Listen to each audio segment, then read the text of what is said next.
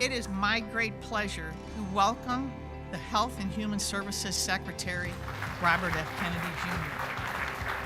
Hello, everybody. This is a great pleasure for me to be here on the anniversary of the Americans with Disabilities Act. My uncle, Ted Kennedy, was the primary author of the ADA. So this is a deep commitment for me personally. It's something that is part of my family DNA. When we exclude people, that it not only affects their dignity, but it affects the dignity of the entire society. We all have equal value no matter what our capacity. And all of us can make a contribution. If we deny that capacity to any of our citizens, we deny it to all of us. And I want to thank all of you for your commitment to improving the lives of those who suffer disabilities, but you're improving the value and the character of our country for all Americans. So thank you all very much. Produced by the U.S. Department of Health and Human Services.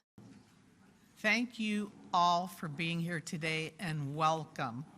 That was so easy, just 2 good mornings, and it was just perfectly lined. So thank you. Today is very special to us, and I'm sure it's special to all of you as well, because why else would you be here if it wasn't a special day, right? The 35th anniversary of the Americans with Disability Act.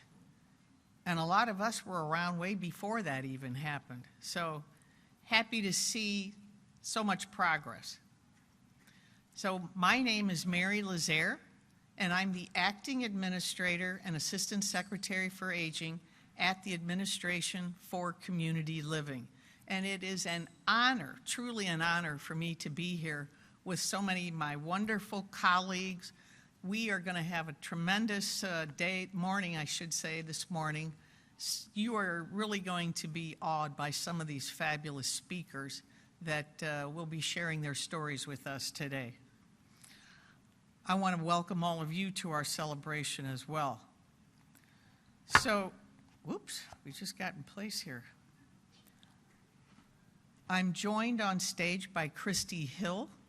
Christy is the director of the National Institute on Disability, Independent Living, and Rehabilitation Research. All that can easily be said as NIDLR.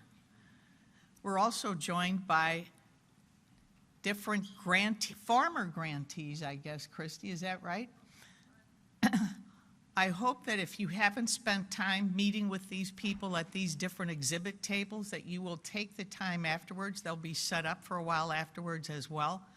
Very, very interesting stories of how initially they started out as grantees and what tremendous product and services have evolved as a result of the seed grants started by NIDLR some years ago.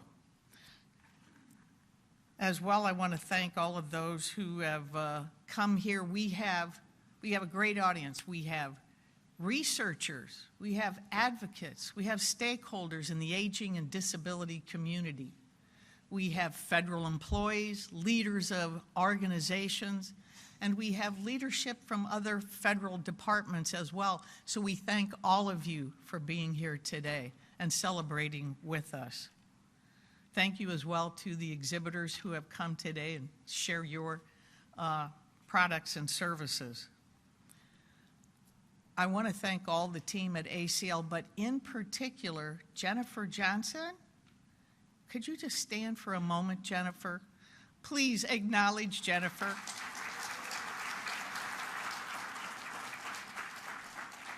Her leadership and coordination and facilitation, she's been eating, breathing, sleeping this event for the last several weeks. And Jennifer, we all appreciate your leadership on this. Thank you very much. So this coming together started many years ago. I think it was 1990.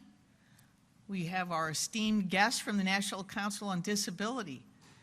Before ADA was passed, maybe 4 years before, 39 years ago, I think, NCD, the National Council on Disability, was urging and pushing for an Americans with Disability Act. And then what was monumental is 4 years later, so 35 years ago in March, no, that was March of 1990, now that I get my date straight, the famous Capitol crawl happened. I was around for that, not here, but I saw that on the news. And on that day, men, women, and children in wheelchairs made their way to the Capitol.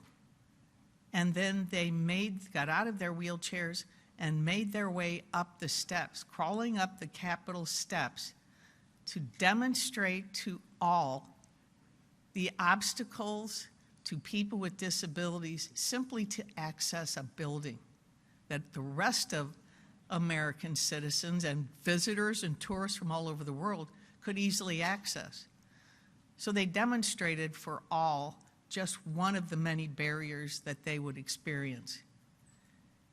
And then that same year, that bill was signed.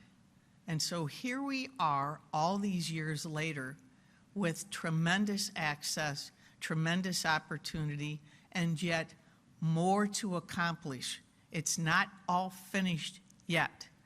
There's more to be done, and we're excited today to at least celebrate what has been accomplished and then to acknowledge, hey, what can we do together to move the needle and address even more, to create more opportunity, remove more obstacles and more barriers. And we know it can be done.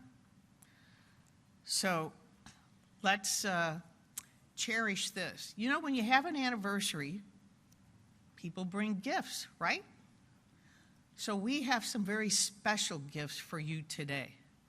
We have some tremendous speakers who will share not only their gifts, but bring to life the meaning and the value and the impact of the Americans with Disabilities Act.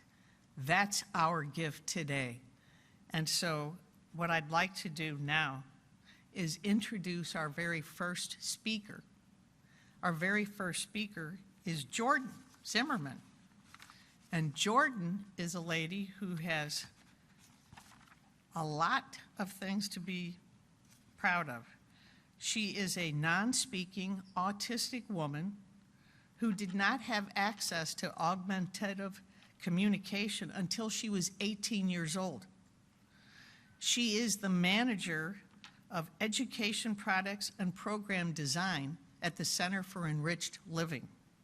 She is also board chair of a national not-for-profit organization called Communication First. Recently named to Forbes 100 list as a top accessibility innovator, she also has a bachelor's in education, not finished yet, a master's in education from Boston College, not finished yet, and a master's of business administration from the Quantic School of Business and Technology. I don't know if she's finished yet, but I would like her to begin. And Jordan Zimmerman, everyone, please welcome Jordan to come to the stage and share her story.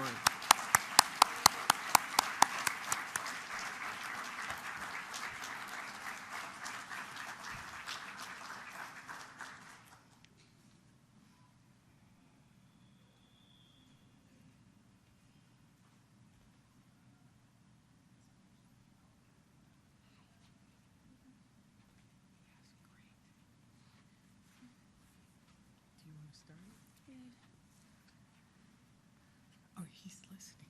Don't worry, he's listening. Well, do you want to start? Let's start. There you go. Is that your cord?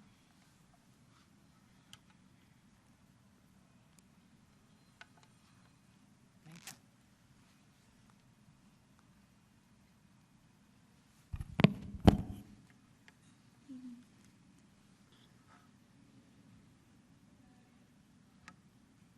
Hi everyone, I'm Jordan Zimmerman. Thank you to Acting Administrator Lazare for inviting me here today. For visual access, I am a white woman with brown hair. I'm wearing a black jumpsuit and tan blazer. I communicate by typing letter by letter on iPad, which then speaks my words aloud. While I have pre-typed my words out for today, in day-to-day interactions, there are many pauses, as it takes me time to express myself. During my brief remarks, I want to highlight how vital the Americans with Disabilities Act is for ensuring Americans' access to education, employment, opportunity, and community. I will do this by mostly sharing my own experience as a non-speaking autistic person. I grew up and continue to live in Ohio, in a small town between Akron and Cleveland. When my non-disabled older brother grew up, he thrived in our community. As I grew up, my parents naturally expected the same opportunities. But instead, I was called severely autistic and was set apart, separated, and not given the chance to flourish at the same experiences my brother had. When Congress passed the ADA, it was a landmark promise, saying people with disabilities must not be unjustifiably isolated. It was a bipartisan commitment, led in part by Orrin Hatch, Bob Dole, and Steve Bartlett. The ADA was signed by President Bush more than 5 years before I was born, and a full decade before I started kindergarten. And yet, even then, the world didn't seem to believe those rights of access and opportunity applied to me. Because I could not reliably speak, and had what others called challenging behaviors, people said I did not belong. They thought I should be kept apart. But under the ADA, I had the right to be a part of my local community. While effective communication was a need, the ability to speak should never determine the right to participate. And yet, that is where my access seemed to get stuck. As I grew, I developed a few spoken words, of course not, and some other repetitive phrases, but the process of producing those words was difficult. It wasn't that I was lazy, socially disengaged, or anything else. It was simply that speech was, and is, a motor movement, and my body had to work extra hard to think about the process of producing each word. Under the ADA, I had the right to effective communication, but when speech is limited and no other way is offered, that right does not fully exist. So even when I was able to speak those few words, I had no way to convey what I needed and what I was really thinking. By the time I was a teenager, the medical needs, behaviors, and dysregulation I experienced, most often, my body's misaligned response to external input, made it seemingly difficult for me to go into the community without the tools and supports I should have had. I had been sent to multiple specialized schools for autistic and disabled students, none of which could adequately support me. Without access to the effective communication I needed, I communicated in the only way I could, by banging my head, slamming my body into furniture and walls, and spitting. I was restrained on a daily basis, over hundreds of times. When I was unable to attend school due to the support I needed, my mom left her career behind to care for me and advocate for my rights. This is one example why, as we celebrate the 35th anniversary of the ADA, if we truly believe in people with disabilities, we must strengthen the infrastructure that makes access and opportunity possible. In high school, I received an IQ score indicating an intellectual disability. While there is nothing shameful about a low IQ score, even with the ADA, the assumptions led to limited opportunity and access. My days were spent putting name cards in alphabetical order, matching numbers, and putting clothes on hangers. I frequently ran out of buildings, and was even restrained with the use of handcuffs. A professional said I was destroying the school and my family. Many people agreed, and told my parents they needed to send me away. This is another reason why, as we celebrate the progress today, the national conversation and actions must align to the values and spirit of the ADA. We must champion the resources, services, and tools that empower families and respect individuals. After a series of incidents, my mom asked the ACL-funded State Disability Protection and Advocacy Organization for help. They advocated for my rights within the ADA, including an assistive technology evaluation, the opportunity to learn more than remedial information, and to be meaningfully included. After years of not having the right to effectively communicate, I finally gained access to communication via iPad when I was 18, almost 19 years old. Additionally, for the first time, I was fully included in a school community, equally participating in learning and making friends. Running was also essential in this, helping me realign my body with the input I experienced, so I could more readily regulate. Once I had the tools and supports I needed, I thrived in my community. It was very hard, but it was also that simple. People can do great things when given the access, opportunity, and supports we need. At the age of 21, I graduated with a high school diploma, and in the fall, I began my college journey at Ohio University, something that was never thought to be possible. I really enjoyed college, but my actions and mannerisms were constantly judged against a different standard. Still, I persevered, and thanks to the ADA, the environment was adapted to my needs, including changing auditory fire alarms to vibrating notifications, and providing keyless entries for equal access. After 4 energizing years, I graduated with a bachelor's in education policy. In August of 2020, I enrolled in a Master's of Education program at Boston College. In my final semester, I student-taught high schoolers in a separate environment within the Boston Public Schools. In many cases, students in the class, between the ages of 13 and 15, were still trying to gain meaningful access to effective communication. The ADA must continue to meet these needs, not just by ensuring physical access, but by protecting and enforcing the right to communication as an activity of daily living and equal participation in life. Today, I work a full-time job, currently managing education product and program development for a nonprofit. I am also a frequent presenter and consultant. The ADA and countless advocacy has made this all possible. As we celebrate so much, we must also make sure everyone who wants to work has the opportunity, strengthening job training, working real jobs for real pay, and encouraging inclusive hiring practices. Much of my life has been made what it is today, because I am supported to live as part of the community. This does not mean there are not real barriers. I am frequently talked over, ignored, or assumed to not understand. But without the ADA, I would not even be here with all of you. We have much to celebrate, and still, so much to do. One of the clearest ways we can see the ADA's vision upheld, or undermined, is by how we choose to support people, and the right to live in community. Accessible and assistive technology, the protection and advocacy system, home and community-based services, and community support, all enable Americans to access education, care, employment, and each other. We must strengthen solutions that support and respect family caregivers, and enable people with disabilities to live, work, and flourish in our own communities. The Americans with Disabilities Act certainly makes my life, and the lives of so many others, possible. Not because I earned it.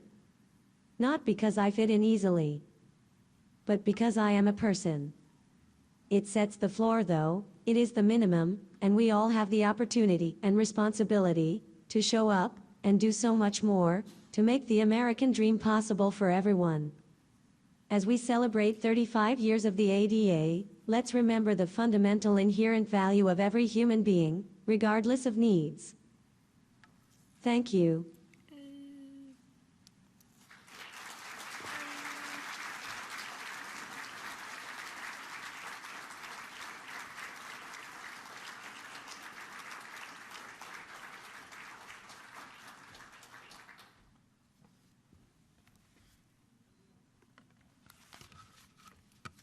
Good morning, everyone.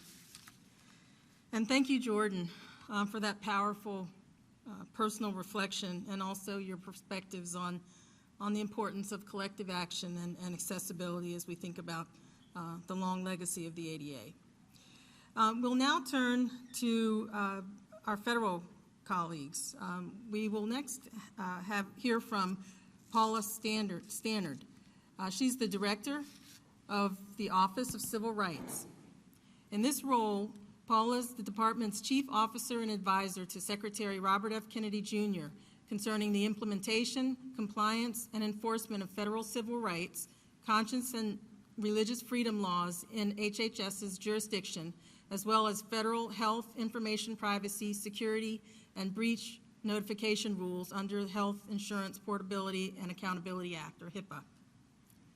Prior to becoming the director of the Office of Civil Rights, Paula served as the chief legal counsel of the Montana Department of Public Health and Human Services, where she led the Office of Legal Affairs. In this capacity, she advised and represented the state agency and its components on a wide range of significant legal issues pertaining to the laws the agency is responsible for implementing and the programs it operates. Paula's previous federal service includes her role as a senior counselor and advisor to former HHS Secretaries Tom Price and Alex Azar during the first Trump administration, and serving as acting general counsel and deputy general counsel during the George W. Bush administration. Her public service is complemented by over 16 years of legal experience in private practice, 6 years with counsel in the healthcare practice group at Alston and Bird and in Washington, D.C., and 10 years as litigation associate in Chicago. Paula is a graduate of Amherst College and Stanford Law. We are honored to have her join us, and we look forward to her remarks.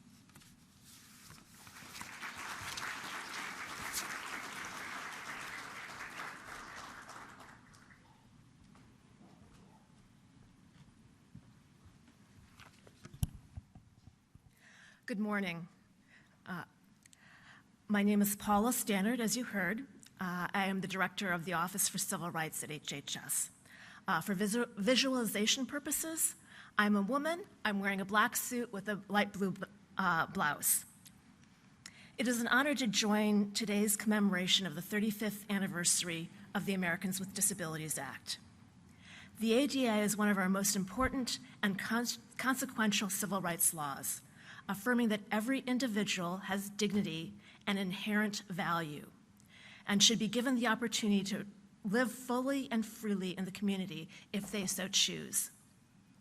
OCR enforces several federal disability rights laws, including Section 504 of the Rehabilitation Act. We are also responsible for enforcing Title II of the ADA with respect to health and human services provided by state and local governments.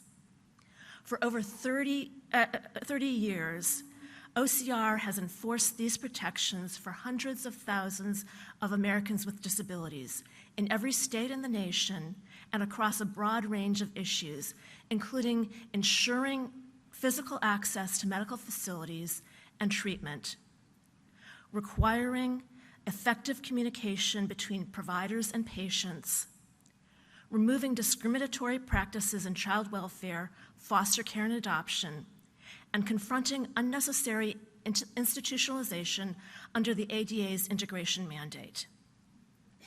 In this administration alone, OCR has resolved more than 115 disability-related complaints under Title II and Section 504. These matters span the country and address real, day-to-day barriers faced by people with disabilities. OCR's work over the past 6 months alone has resulted in 3 formal settlements under the ADA and active monitoring of a recent consent decree in Rhode Island to prevent the unnecessary institutionalization of children. OCR's enforcement efforts ensures that people with disabilities can access health care services and essential supports without experiencing unlawful barriers, thus helping make America healthy again. OCR will continue to enforce these protections through meaningful access, grounded in the law, and focused on restoring and protecting liberty, dignity, and access. One case that brings this work into sharp focus is our recent settlement involving Alexis Radcliffe, whom you will hear from in a few minutes. Alexis was in an accident as a toddler that left her quadriplegic and dependent on a ventilator. She recovered and thrived living with her grandfather, but when she was 13 years old, he became ill and could no longer support her. She became a ward of the state of North Carolina and was placed in a hospital. This hospitalization was only supposed to be a temporary placement because there was no medical necessity for her to live in a hospital. But she remained in that hospital for 7 years.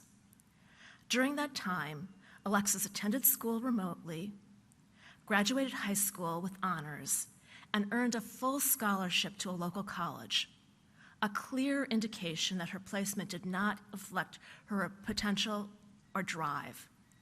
At age 18, the hospital prepared to send her to an out-of-state nursing facility. But Alexis wanted to come home. She wanted to attend college, live in her community, and shape her own future. Alexis worked with Disability Rights North Carolina, which is an ACL grantee, to file a complaint with us against North Carolina. We worked closely with the state, the hospital, Alexis, and Disability Rights North Carolina to resolve her complaint and secure her rights. As part of that process, we brought in CMS, which was helpful in supporting North Carolina with available funding sources, including Money Follows a Person, for Alexis to move from unnecessary and costly hospitalization to an apartment in the community. The resolution agreement with North Carolina coincided with the recent anniversary of the U.S. Supreme Court's decision in Olmstead versus LC, a fitting reminder that everyone has the right to live with self-determination. Alexis returned to her community the week that we celebrated Independence Day, making it a long overdue recognition of her right to live freely and independently. Federal disability rights laws require that Alexis be served in the most integrated setting appropriate to her needs, and OCR's intervention ensured that outcome. Under my leadership, OCR remains committed to ensuring individuals with disabilities are fully protected under federal civil rights laws, including the ADA. Alexis could not join us today in person, but she recorded a message reflecting on her journey and what this transition means to her. I had the privilege of speaking to her right before she moved out of the hospital and into her own apartment. As you will see, she is thriving in the community. Immediately following this video, we will be joined by Alexis live. So please join me in hearing Alexis's story. Disabilities doesn't define you. There might be, yes, I have a physical difference, but I do everything that you do, just different ways. Hi, my name's Alexis. I am about to be 20. When I was 2.5, my spinal cord got cut in half. In the hospital for 6 months. Lived with my grandfather from 2.5 till I was 13. I got lung cancer and stroke, and then I came to the hospital. I lived in the hospital for 6 years. I spent all my teenage years in the hospital, and now I live in my own apartment. Alexis is human, and she wants to be part of the community. She deserves happiness. She deserves a life where she can flourish, and being in her own home, she can do that. My name's Matt Graham. I am the coordinated caregiver for Alexis Radcliffe. You want a mushroom? Yeah. It feels amazing to be able to have my own apartment, to have my own space, just to be independent and not have to worry about being in a hospital and just staying in one room. I was at the hospital for 6 years and they wanted me out. They said they needed the bed. And they didn't want me to have a say-so. That's why they sued me. They didn't want me to have a say. They wanted me where they wanted to put me, and that was it. So I said no. We filed a complaint with HHS, Office of Civil Rights. And then they called Disability Rights of North Carolina. And it was like, hey, we want to help. And they did. And they helped a lot. And in the end, we won and they lost. HHS and the Office of Civil Rights had everything to do with her getting this home, and they have been magical for her. They've made her a life that she would not have had. Are you ready? I'm ready. I'm a typical 20-year-old. I make TikToks. And I went to the Big Time Rush concert, and I was screaming and singing at the top of my lungs, and it was just like, oh my God, I'm actually here. I feel like sometimes we just get shut out, and I want to be open, and I want to be in the community, and that's what the ultimate goal is. If you want to be in the community, you have every right to be. She just wants to be involved, and I hope people will let her be involved. It will take her and the community forward. My dreams and aspirations are law school, work, hopefully go into politics, and just make the world a better place for me and for disabilities. I would tell Secretary Kennedy and Office of Civil Rights, thank you. Everybody should live the life that they want to live. Nobody should decide that for them. Hi, Alexis. We're glad you're able to join us today virtually. We'd like to hear from you now. We're having a few technical difficulties, so just a moment. Alexis, I don't know if your audio is on. Check your, she's not muted? But it does look like her. Do you have a cell phone with you there? We can try that. In the meantime, I did have a nice conversation with Alexis on Friday, I believe, right, Jennifer? We were all in here Friday afternoon. I will share with you that while we're there getting her connected, Saturday is an important birthday coming up. Am I right, Alexis? The birthday's coming up. She's been to a concert. I asked her, what other concerts are coming up? I think there were 2 or so. Jonas Brothers is coming up. Shake your head if I'm correct, Alexis. The Jonas Brothers concert was coming up. So believe me, she is definitely out of the hospital and in that community and spreading her joy and her contributions all around. So we'll continue to try to get that connection, Alexis. But she also shared with us that she is more than grateful to Paula and team for all the work that they had put into this. And let me share with you, let's call this a commercial break while we're waiting for this technical thing to get fixed. And the commercial break is this. Last night I got canceled on my trip to get back here from St. Louis. So within 10 minutes of getting canceled, my husband and I got in the car and started driving and arrived here this morning at 7:30 a.m. In the meantime, since I've been up on stage, I forgot, because, you know, the fog is starting to lift, I forgot to say something. Robin Sue and Mordecai and Anthony from OCR, can you guys stand for a quick second? Because they were so instrumental in getting all of this together. The tribute from Paula, Alexis, Anthony, thank you. Mordecai, thank you so much for what you did to bring this together. And we got her. Okay, see, commercial is over. Okay, Alexis, go for it. Can you hear me? Yes. You can hear me? Yes, Okay. I can hear you. Hi, everybody. My name is Alexis Ratcliffe. I am 19 years old, about to be 20 in 5 days. And I am a trach and neck clot for visual appearance. Blue dress in my wheelchair, and my room, which has the walls.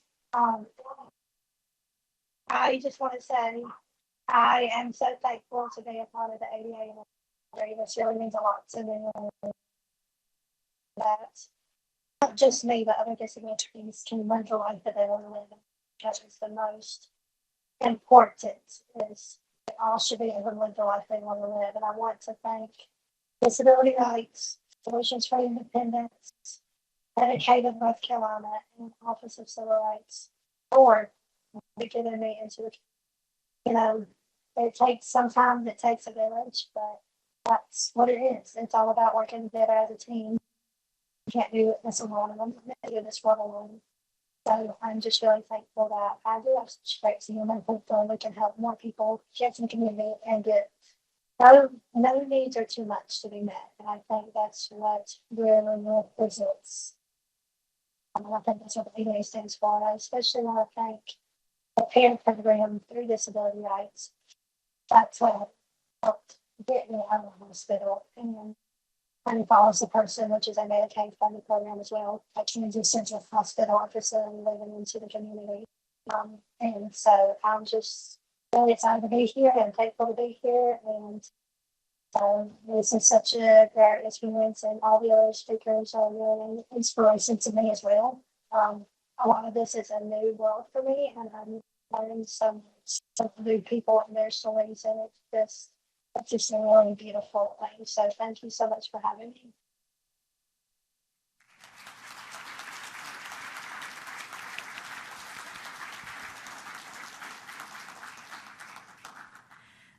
Thank you, Alexis, for joining us today. We're glad that you were able to live in your community and are able to pursue your dreams. As Mary mentioned, your 20th birthday is coming up this weekend, so happy birthday. We wish you all the best in your new home this coming year. And now it is my honor to introduce Jesus Osete. He is the Principal Deputy Assistant Attorney General in the Civil Rights Division at the United States Department of Justice. In this role, he oversees the division's various components, including the Disability Rights Section, which is also charged with enforcing the Americans with Disabilities Act. Before joining DOJ, Jesus was an accomplished trial and appellate litigator in the private sector. He also served his home state of Missouri in various positions, including Deputy Attorney General and General Counsel to the Missouri Secretary of State. Jesus received his law degree from Washington University in St. Louis. After law school, he clerked on both state and federal appellate courts of appeal. State and federal courts of appeal. Jesus, we are pleased that you were able to join us to celebrate the ADA's 35th anniversary. Welcome.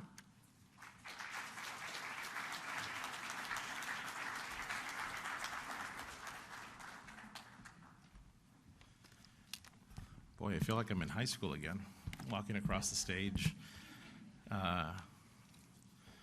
Such a pleasure to be with you today. Good morning.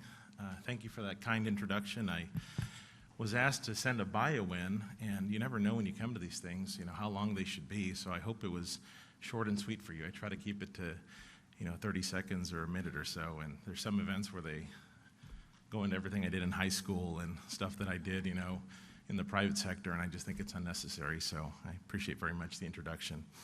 On behalf of Assistant Attorney General Harmeet Dillon, I want to thank all of you for the opportunity to speak to you today. Due to her travel schedule, AAG Dillon unfortunately could not be here today, but she wanted me to reaffirm to you what she said on Saturday, that she is dedicated to defending the rights of all Americans, especially those with disabilities.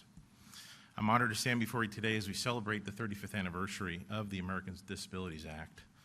The ADA is a historic piece of legislation that transformed the face of civil rights for Americans with disabilities. Indeed, when President Bush signed the ADA into law, he called it a, quote, historic new civil rights act. Legally, he said the ADA will provide Americans with disabilities with a powerful expansion of protections and then basic civil rights. By codifying anti-discrimination principles into the ADA, President Bush explained, Congress brought our country, quote, closer to that day when no American will ever again be deprived of their basic guarantee of life, liberty, and the pursuit of happiness. Since the ADA became law more than 3 decades ago, it has supported the full panoply of rights for millions of Americans living with disabilities in everyday life. Under the leadership of Attorney General Bondi and AAG Dillon, the Department of Justice continues to make extraordinary strides to remove obstacles standing in the way of those with disabilities so that they can lead healthy, self-sufficient, and independent lives. This is done in part through the tireless work of the Department of Justice Civil Rights Division. Through mediation, technical assistance, outreach, and enforcement, the Civil Rights Division is continuously advancing the rights of Americans with disabilities to access all this great nation has to offer. Our work spans the vast range that the ADA covers. This includes virtually all aspects of American lives, addressing discrimination at work, in schools and universities, in movie theaters, in restaurants, on public transportation, on sidewalks and streets, and in voting booths. Enforcement of the ADA has been pivotal to removing these barriers. Let me share with you just some recent successes the department has had with removing barriers from Americans with disabilities, for Americans with disabilities. First, in June of this year, we won a landmark decision against the state that, according to a federal judge, was unnecessarily institutionalizing thousands of individuals with disabilities in nursing facilities and was denying them specialized services required by federal law. We look forward to a final resolution in short order. Second, and in the same month, we also successfully concluded our work enforcing a game-changing agreement with the state of New York. The agreement addressed the discriminatory segregation of adults with mental illness in adult care homes. Now, due to our efforts, adults with mental illness who once relied on adult care homes can instead get intensive mental health services paired with assistance to stay housed, helping them stay healthy and contribute to their communities. Third, and on July 3rd, we reached a settlement with the Montcalm, Michigan area intermediate school district to address the unlawful and discriminatory use of seclusion and restraint policies on students with disabilities at school. Our investigation found that the school district routinely used seclusion and restraint improperly against students with disabilities, including in ways that increase the risk of harm to students or as punishment for minor classroom discipline issues. Under the settlement, the school district will no longer seclude students and will only restrain students in an emergency. As a result of the settlement, children with disabilities in the school district will receive the support and services they not only deserve, but they need to enjoy the same educational opportunities as their peers. Although these are just a few examples of our extensive portfolio, they demonstrate our unequivocal dedication to defending the rights of all Americans with disabilities. I believe the law enforcement responsibility that falls on the Civil Rights Division is integral to the ADA's success and ensuring that no American is unlawfully deprived of their liberty. In short, the rule of law is the best friend that liberty ever had. So today we don't just celebrate a law. We don't just celebrate the ADA. We celebrate results.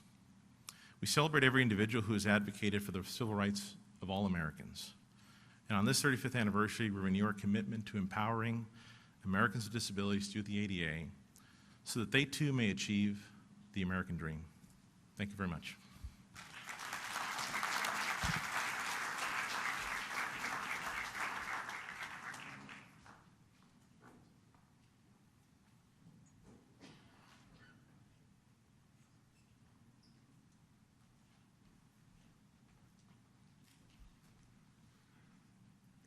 Okay, well, wow, just what a moving story that was from Alexis. It's a story of persistence and advocacy that we can all really aspire to.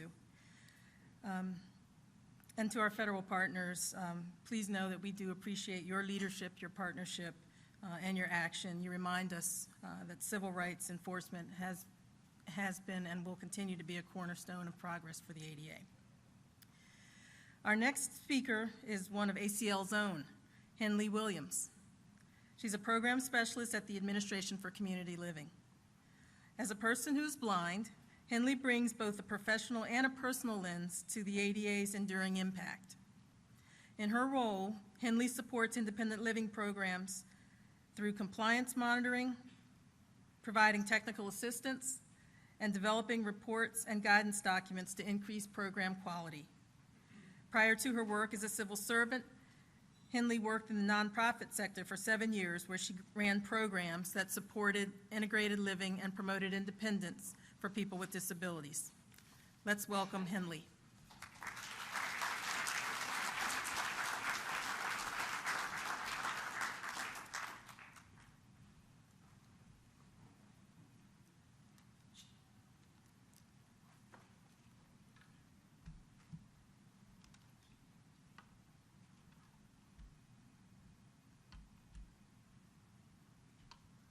Good morning.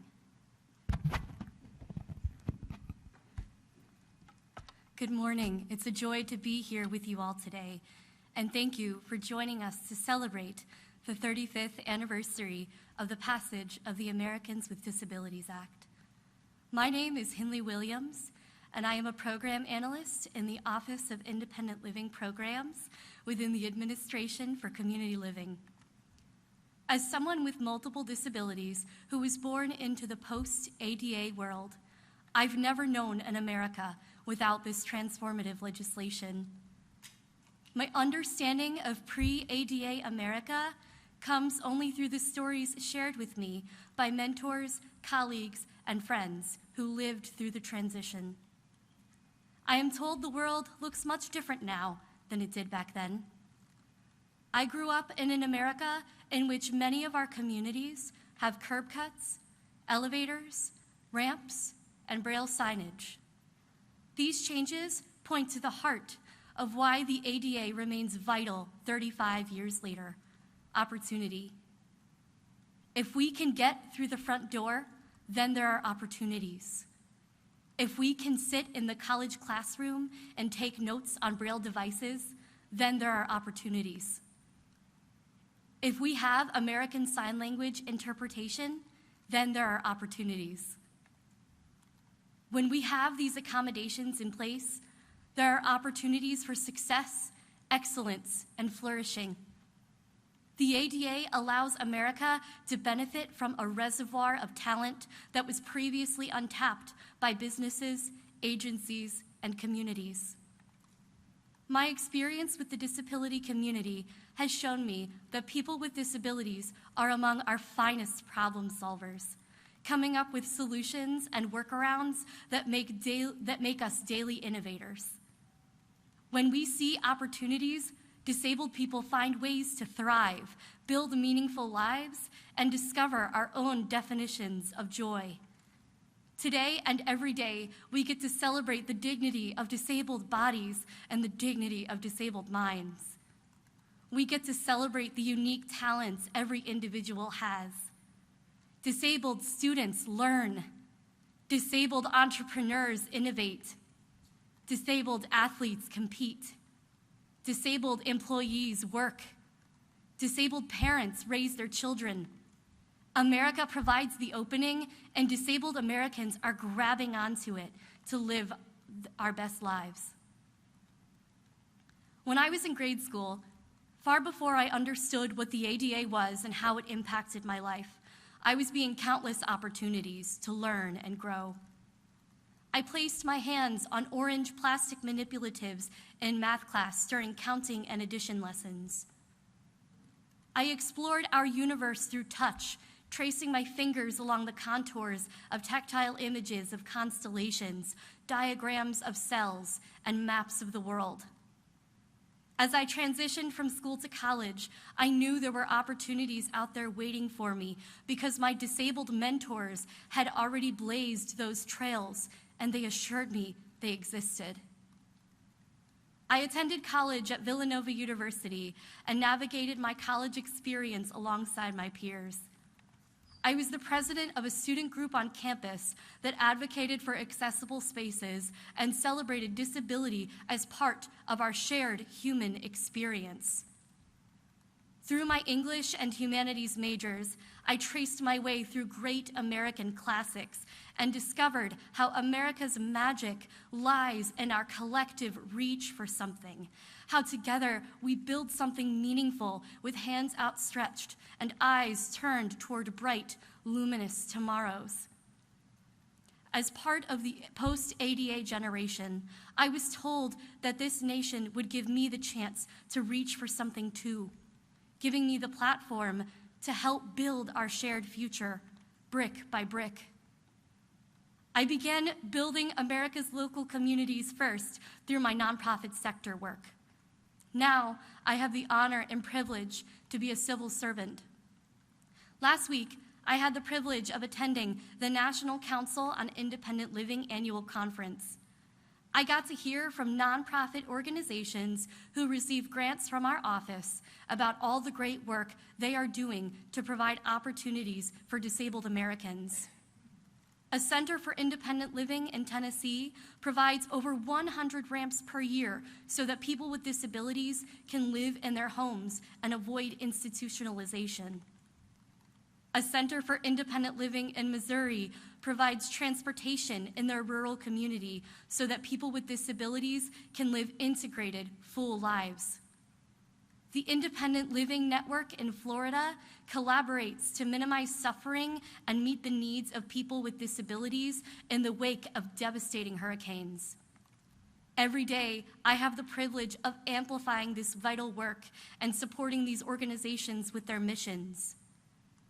I am doing this as a person with disabilities myself, my workplace accommodations supporting me in making real, tangible impacts on the lives of everyday Americans. The ADA has enriched my life. I am grateful to live in a country that chose to say yes in 1990 to providing opportunities. I am grateful to have disabled mentors, colleagues, and friends, and when I see them find joy and fulfillment, I know that we as a nation are on the right path, even though we have yet to arrive at the destination. I am grateful to live in a country where every July brings us together to celebrate how far we've traveled and to envision how much further we can go. Thank you.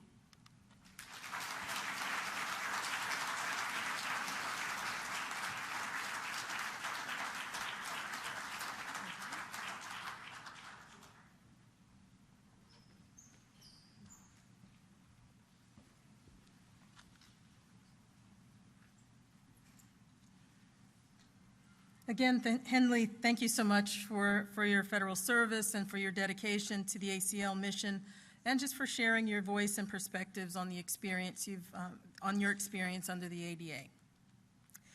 Next, we'll hear from a representative from the National Council on Disability, an organization that has played a pivotal role in shaping and advancing disability policy for decades. The next speaker is Sean Kennemer, currently serving as the acting board chair of the National Council on Disability. He has a background in executive leadership and developing services and supports for people with disabilities. He holds a Bachelor's of Arts in Organizational Leadership from Fresno Pacific University. He's currently the president and CEO of Bakersfield ARC, that is leading change by becoming the first organization in Kern County that provides jobs and supports for people to become fully community-based. He has worked and led local nonprofit collaboration of executive directors to make all bus stops in the city of Bakersfield no parking zones. Over his 30 years of providing services to people with disabilities, Sean held positions at the executive level as well as provided direct service support. He's created over 15 new programs. Sean has been an advocate at the local, state, and national levels. He currently serves on the board of the Independent Living Center of Kern County and is a member of the Rotary Club of Bakersfield Downtown. Let's welcome Sean Kennemer.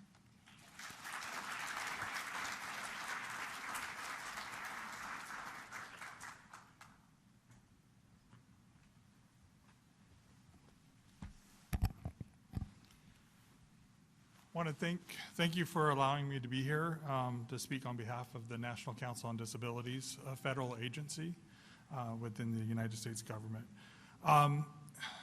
Those are some very powerful stories that we've heard so far this morning. It just makes everything that we do to advance people with disabilities just that much greater. It gives us that much more motivation. So the National Council on Disabilities is an independent federal agency that is deeply entwined with the ADA. The National Council on Disabilities report in 1986, titled Towards Independency, recommended that Congress pass a comprehensive equal opportunity law and suggested that the title be the American with Disabilities Act. NCD drafted the first version of the ADA after its passage, and after its passage, NCD was tasked with Congress with new duties. These were to examine how well the government and private industries promote the goals of the ADA and to advise the President and Congress and fellow federal agencies on our findings. For 35 years, NCD has been the federal advisory on disability policy. During the past 3.5 decades, NCD's findings and recommendations have highlighted what is working well and areas where improvement is still needed. We have seen a lot of good results, although there are still many societal barriers that hold people with disabilities back from full equality. Being here to speak with you today at the Health and Human Services is a special honor because NCD has put a large focus on non-discriminatory health care for people with disabilities over the last 6 years. That focus led to the development of strong relationships and ties with talented people at the Health and Human Services who took our findings and recommendations on health care seriously. During President Trump's first administration, the National Council on Disabilities issued 5 reports on medical ethics on disability. We described how many people with disabilities were denied the opportunity to even be evaluated for organ transplants in many states. We also described how physicians use their own prejudices about the quality of life with people with disabilities and contributed to, that made decisions to stop care when care would not have been stopped for a person without a disability.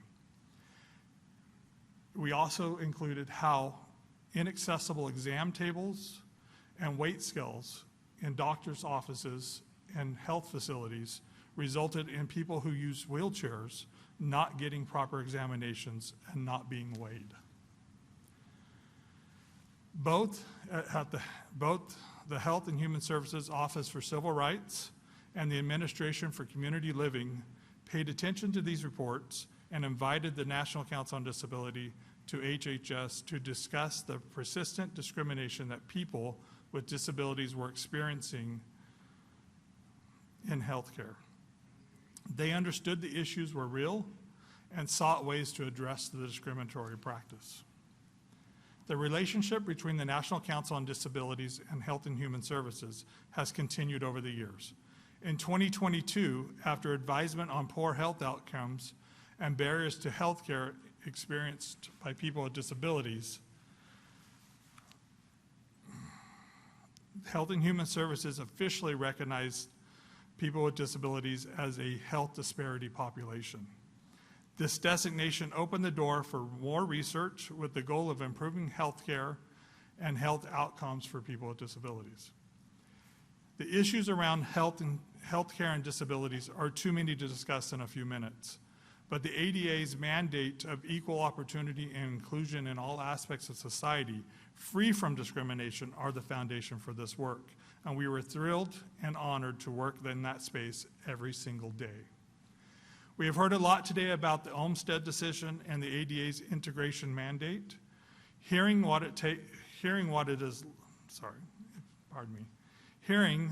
is like not to be able to live at home or in the community, or what it feels like when you finally have the supports in place to enable that to happen.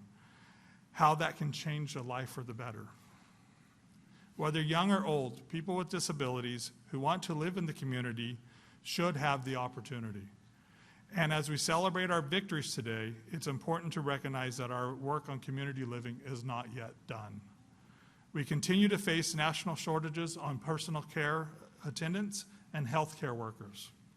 These individuals play a crucial role in community living, and we must find ways to attract and keep people in this profession to help support Olmstead state efforts.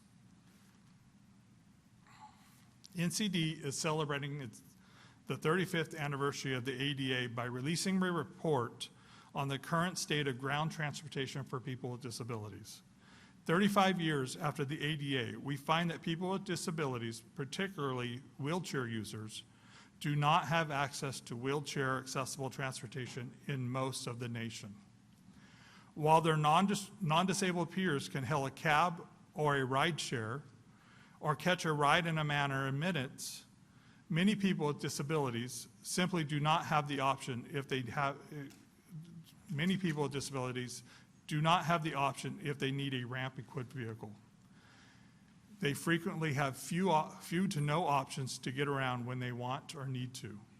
To fulfill the promise of the ADA, people with disabilities needs to be able to access transportation on par with the rest of society. That means transportation that allows them to live in the community, attend school, work, visit friends and family, or simply visit a park to get away. Things so many of us take for granted. We hope that the release of this report and NCD's recommendations to the government and private industries will increase accessibility transportation in every community so that more people with disabilities can experience the opportunity that transportation allows. Thank you again for making NCD a part of this wonderful celebration. I look forward to continuing our work to make the promise of the AD a reality and continuing our relationships as friends and advisors to HHS. I also just, one last thing, I want to thank the staff of the National Council on Disability for all their hard work that they do every day that allow people, council members like me, to be able to come and do this. So, thank you.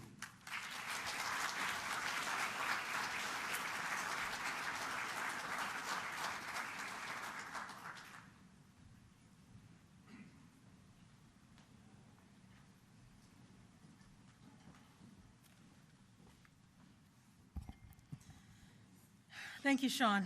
We can't say enough about the National Council on Disability, the initiation, the advocacy, the commitment to advancing the work of the ADA and to just providing options and opportunities for people with disabilities.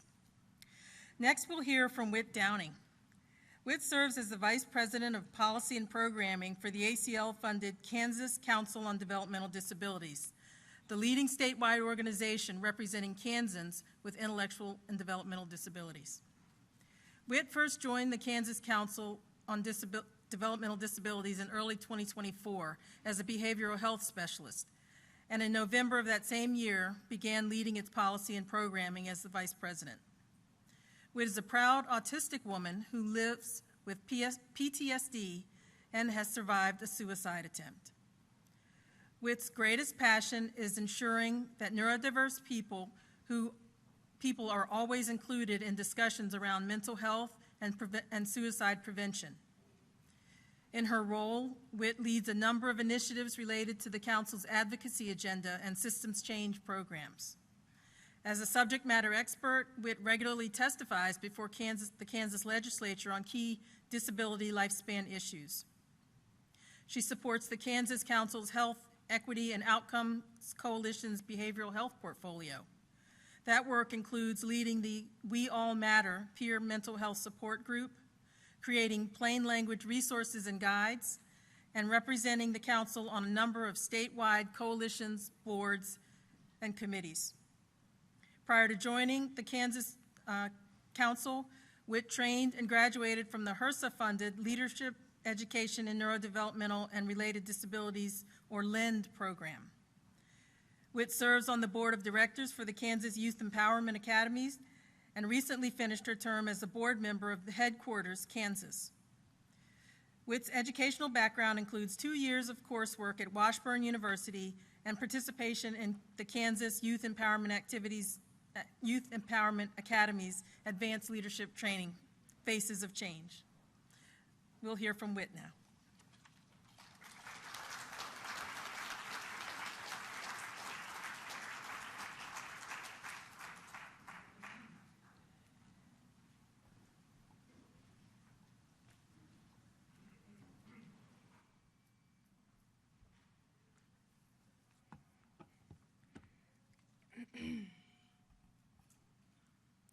Good morning, everyone.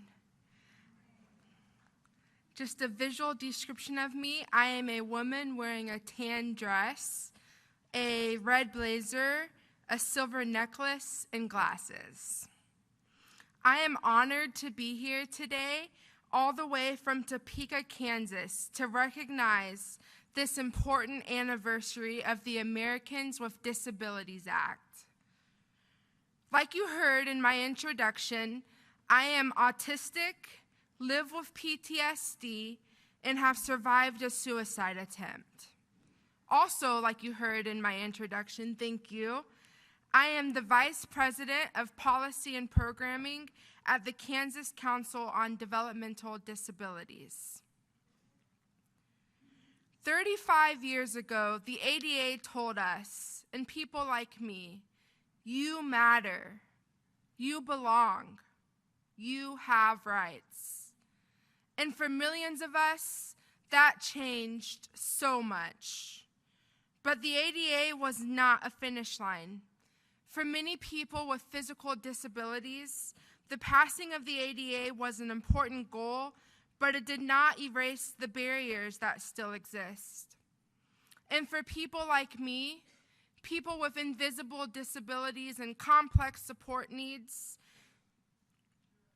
and emotional scars that don't show up on paper, the passage of the ADA was an amazing starting point, a door opening new opportunities and possibilities. A little bit about me. I was autistic before I had the word for it. Sensitive, intense. Growing up and still now, I cried easily, felt deeply. The world is loud, lights are bright, people move fast, and so I learned to mask, to try to fix myself. I spent my entire childhood believing that I was broken, but I wasn't, and I'm still not. When I turned 18, it felt like the floor dropped out from beneath me, something that happens to a lot of us during this transition from high school to the community, often called the cliff. I struggled with major depression, couldn't find the right job or living situation, and the services I needed were not available to me. And naturally, I started to fall apart. Into darkness, I was in the mental hospital more times than I can count or even remember. It's like I was screaming for help. At the same time, though, the world was telling me to be more independent, but no one gave me the tools that I needed to survive. I eventually got by on supplemental security income, or SSI, a housing voucher, and food stamps. I stayed in toxic places because I didn't have other options. It was hard because deep down, I knew I had potential, but potential doesn't make things happen, and dreams don't cover services, but I held on, and I'm really glad I did. Something shifted. After almost a decade of trying to find my place, I found the Kansas Council on Developmental Disabilities. DD councils, thanks in large part to HHS and Congress, advocate for and support individuals with developmental disabilities, families, and caregivers. This is important because every state's disability system is different. We work alongside state governments to ensure laws actually work for people like me. Like you heard in my introduction, at first I was working part-time because I was limited in how much I could work to stay on my benefits. Over time, though, I became something more, and I really proved myself worthy of this career path. I've become a leader, educating state lawmakers and decision makers day in and day out on disability. I am a person with a developmental disability making big changes to how things work from the inside out. I'm one of the only people in the country with a developmental disability doing this work full-time on a state council. And that matters. And not because it makes me special, but because it shows what is possible. Representation matters. Hiring people with disabilities to lead is inclusion. And I'm not a token. I am a trailblazer. When I accepted this position and went full-time last November, I knew that I'd be walking away from my benefits, and I was terrified. Because for most of my life, those supports are what kept me afloat. But while I lost some services, I gained so much more. I gained purpose, a career, a chosen family who has been instrumental in my life and in my successes. I gained the ability to earn money to do things I enjoy and save, using my ABLE account, for things that improve my life, like moving into a better community. And I gained the ability to dream bigger than I ever thought I could. Through work, I've gained a team that refused to let me do any of this alone. My bosses at KCDD, Sarah Hart-Weir and Allison McCain, didn't just hand me a job. They've helped change the entire trajectory of my life. They've walked with me through every part of my transition. They have helped me navigate the loss of benefits. They've sat with me during the hard decisions. They built a team that is inclusive, with peers who have disabilities and understand me.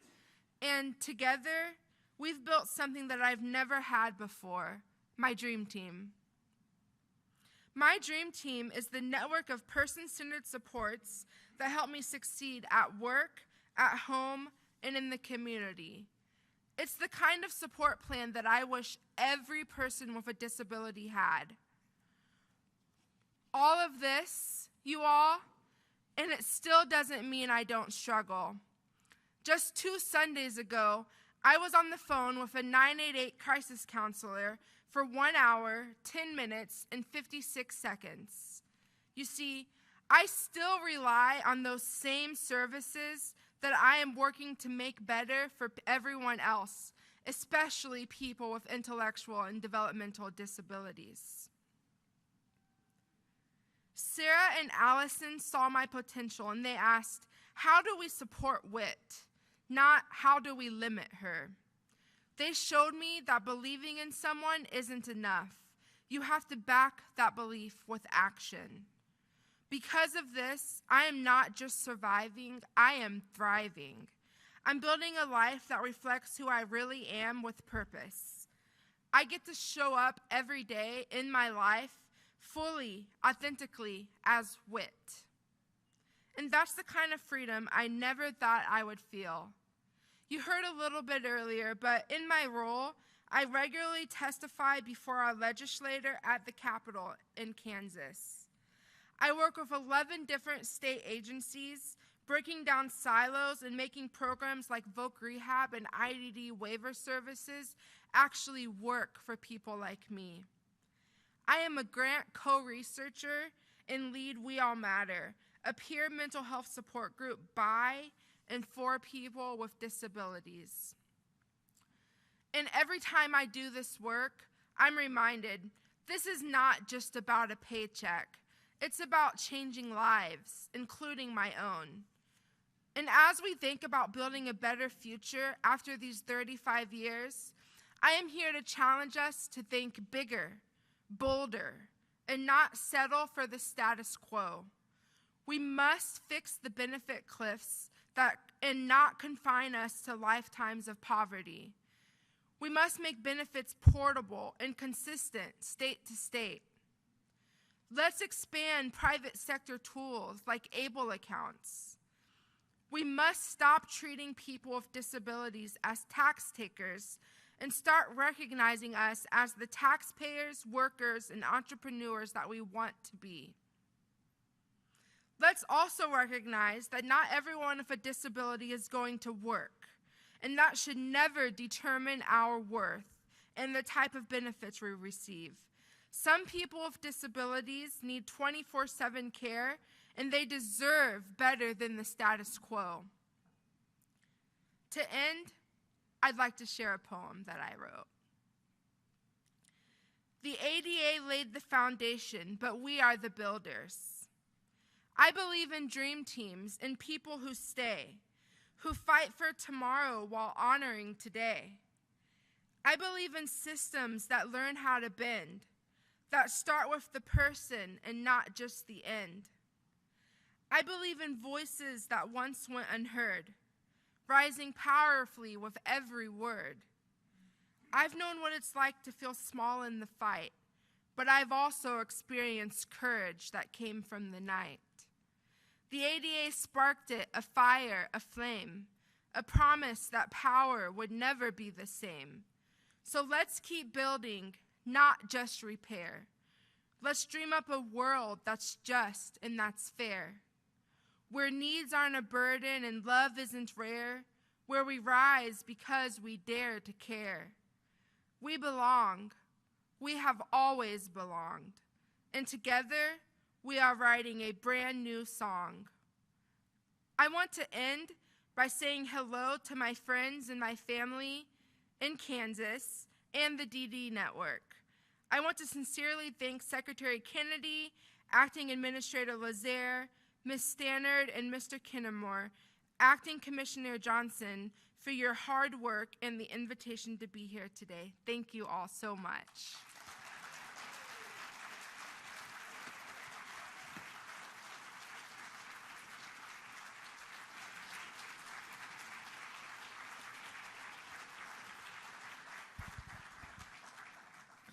Well, we promised you some gifts. I think that they certainly were delivered. Wouldn't you agree? Jordan, thank you. Alexis, can Alexis hear us? We want to thank Alexis and congratulate her on her journey. Hindley, you hidden gem at ACL, what a great speech you gave to us today. Thank you so much.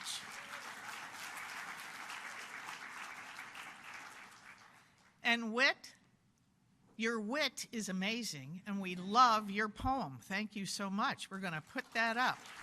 Thank you. So I know I gave you one commercial. I'm going to give you one more commercial. This is my great honor and opportunity to recognize my colleague from the National Council on Disabilities. Anna Torres Davis is the new Executive Director of the National Council on Disabilities, and we just want to celebrate that, Anna.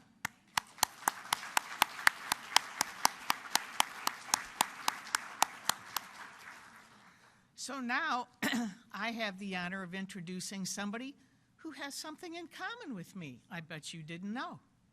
So Secretary Kennedy and I both come from families of 11 children. My mother didn't think it was so funny. We both have fathers named Robert. Both of our fathers named their son Robert. Both of those sons named their sons Robert. And that's about all the things in common I have with the secretary.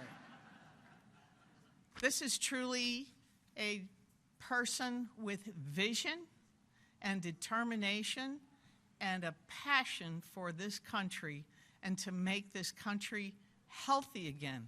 And when I heard it before from someone, I can't remember who just said this a minute ago, but to make every American healthy again.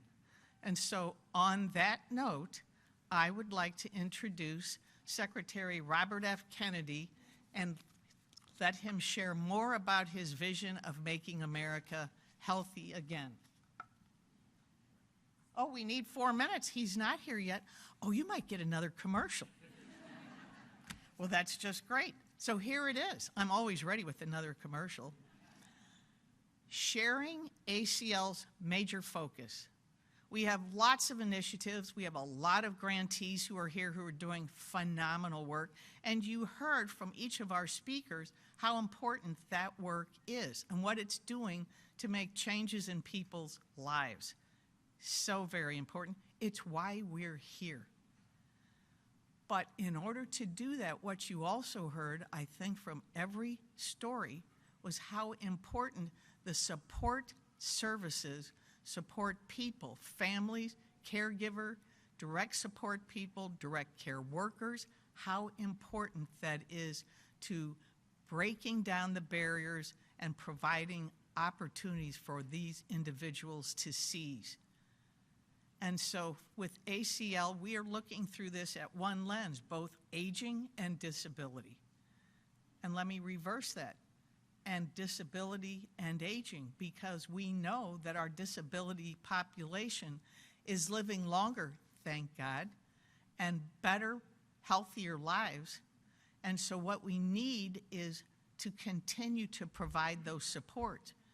We already know we're about 1 million people shy of the supports that we need for both aging and disability population. So we are asking our fellow stakeholders, organizations, leaders, help us this year to come together and address with even greater determination and move the needle a little further in how we provide, how we support, number one, those who are providing caregiving services. Number two, how do we foster and continue to support those who are already doing that as direct service providers? And how do we create an awareness and a motivation to become a direct service provider, a direct care worker, so that people can realize these tremendous opportunities that you heard today. So what we need are some of those barrier breakers, change makers, and people who will help others find their true potential and opportunity. So that's part of my commercial. I have another one. Recognizing, you saw a lot of pictures up here today. This is a great picture. I didn't know that one was there.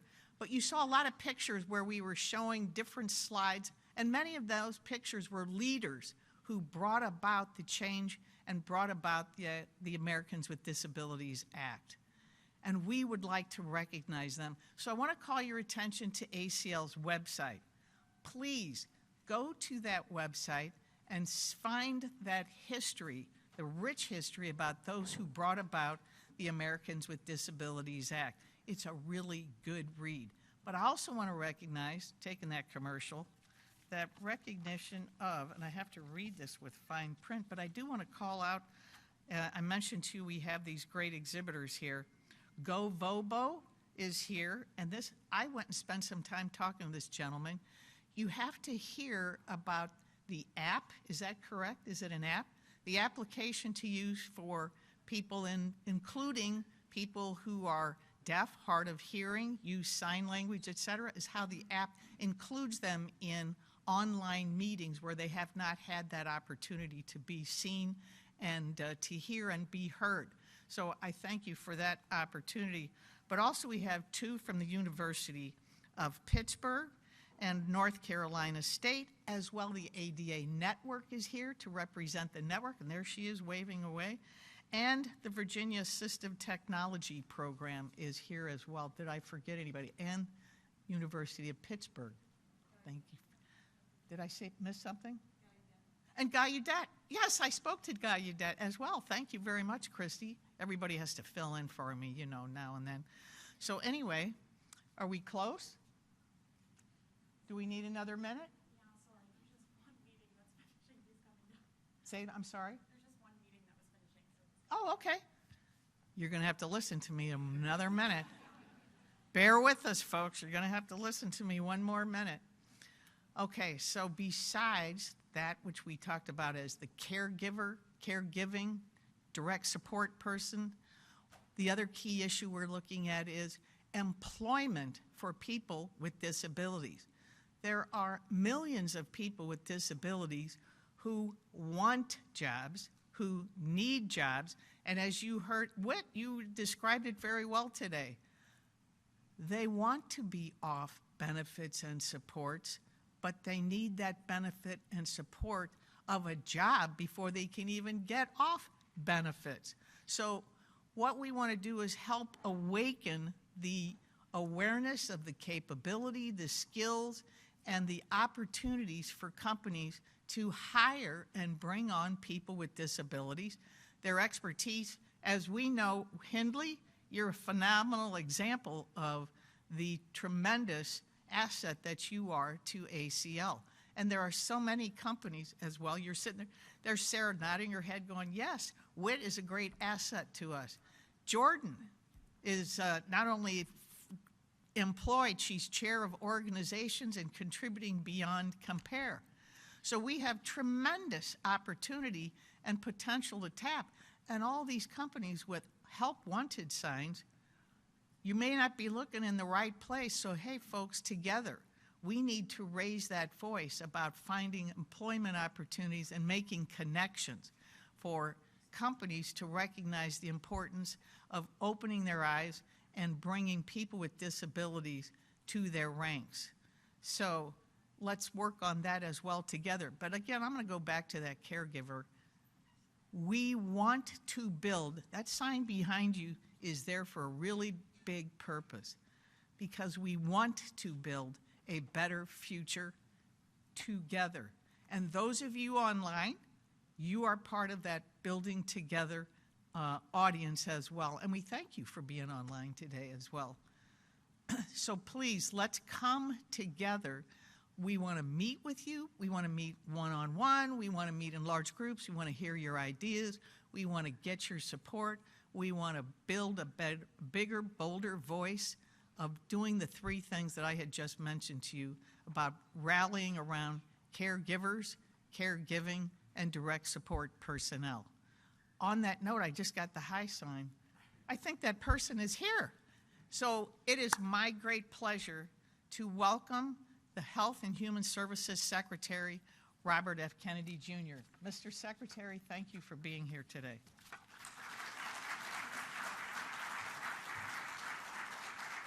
Thank you very much. Hello, everybody. This is a great pleasure for me to be here on the 30th anniversary of the Americans with Disabilities Act. My uncle, Ted Kennedy, was the primary author of the ADL, or the ADA, and he worked for many, many years, for over a decade, on trying to push through this legislation prior to its passage. My cousin Patrick Kennedy worked very hard on it, but the groundwork for their interest in this was laid by President Kennedy during his administration, and then by my aunt Eunice Shriver when she started Special Olympics.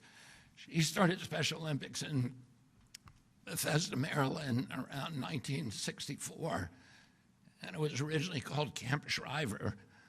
Her home in Rockville was about 15 minutes from my house in McLean, and I went when I was 8 years old. I worked there every weekend as a hugger and a coach. And then the year that my father was killed in 1968, it changed from Camp Shriver to Special Olympics. My father, in 1966 or 65, went to Willowbrook, and Willowbrook was a state institution on Staten Island.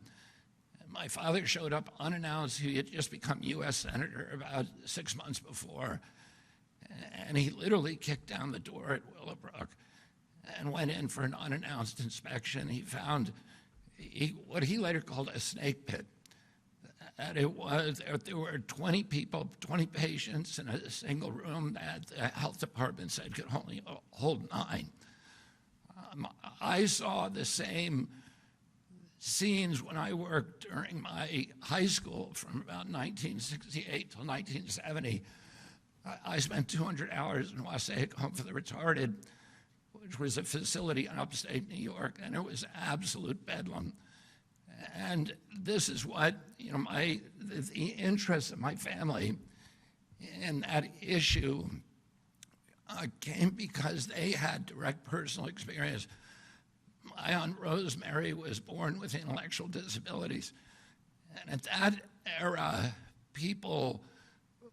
children who had disabilities were not only just stigmatized themselves, but their entire families were stigmatized.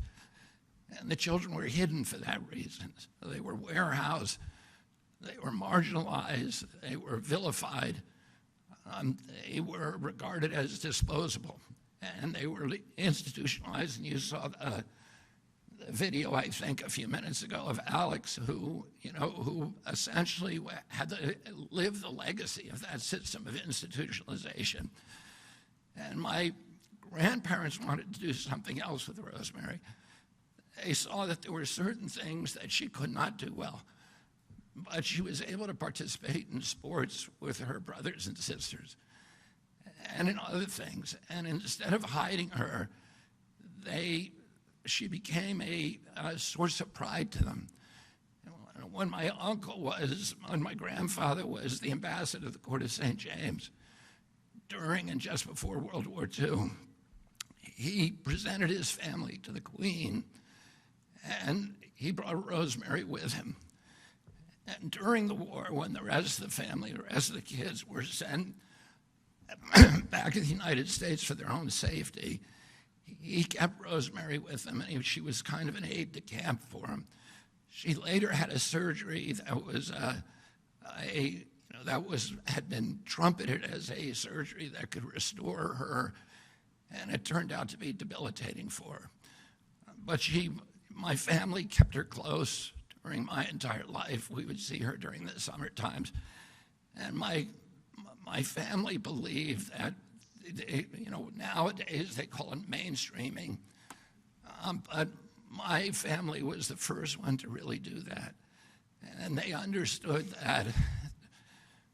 that when we exclude people, that it not only affects their dignity, but it affects the dignity of the entire society. And that it is the antithesis of what our country believes in. And the ramps that we see, that we invest in, the other accommodations that we make are there not just for the people who are handicapped. They're there for all of us because they bring us dignity, they bring us a sense of community, they bring us a sense of connection to each other, and they also have allowed people who have disabilities to show their value to society, that they can work, they can contribute, and that they make an invaluable commitment to or contribution to our society. So this is a deep commitment for me personally. It's something that my family, that is part of my family DNA. It's something that was at that time unique to America. We set the standard for the rest of the world. And in my view, we need to continue doing that. And this is a way of celebrating our country as an exemplary nation. Democracy is supposed to celebrate the human soul, and God loves all of us.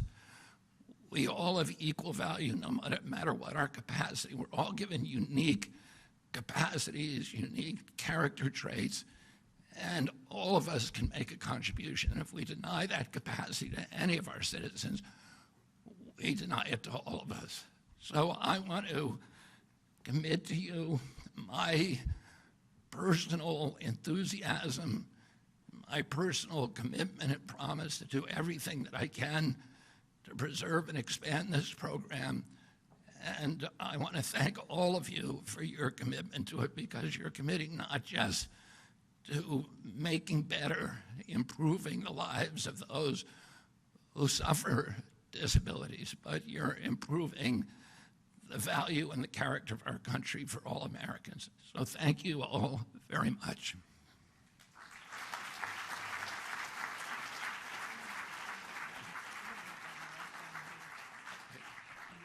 Yeah.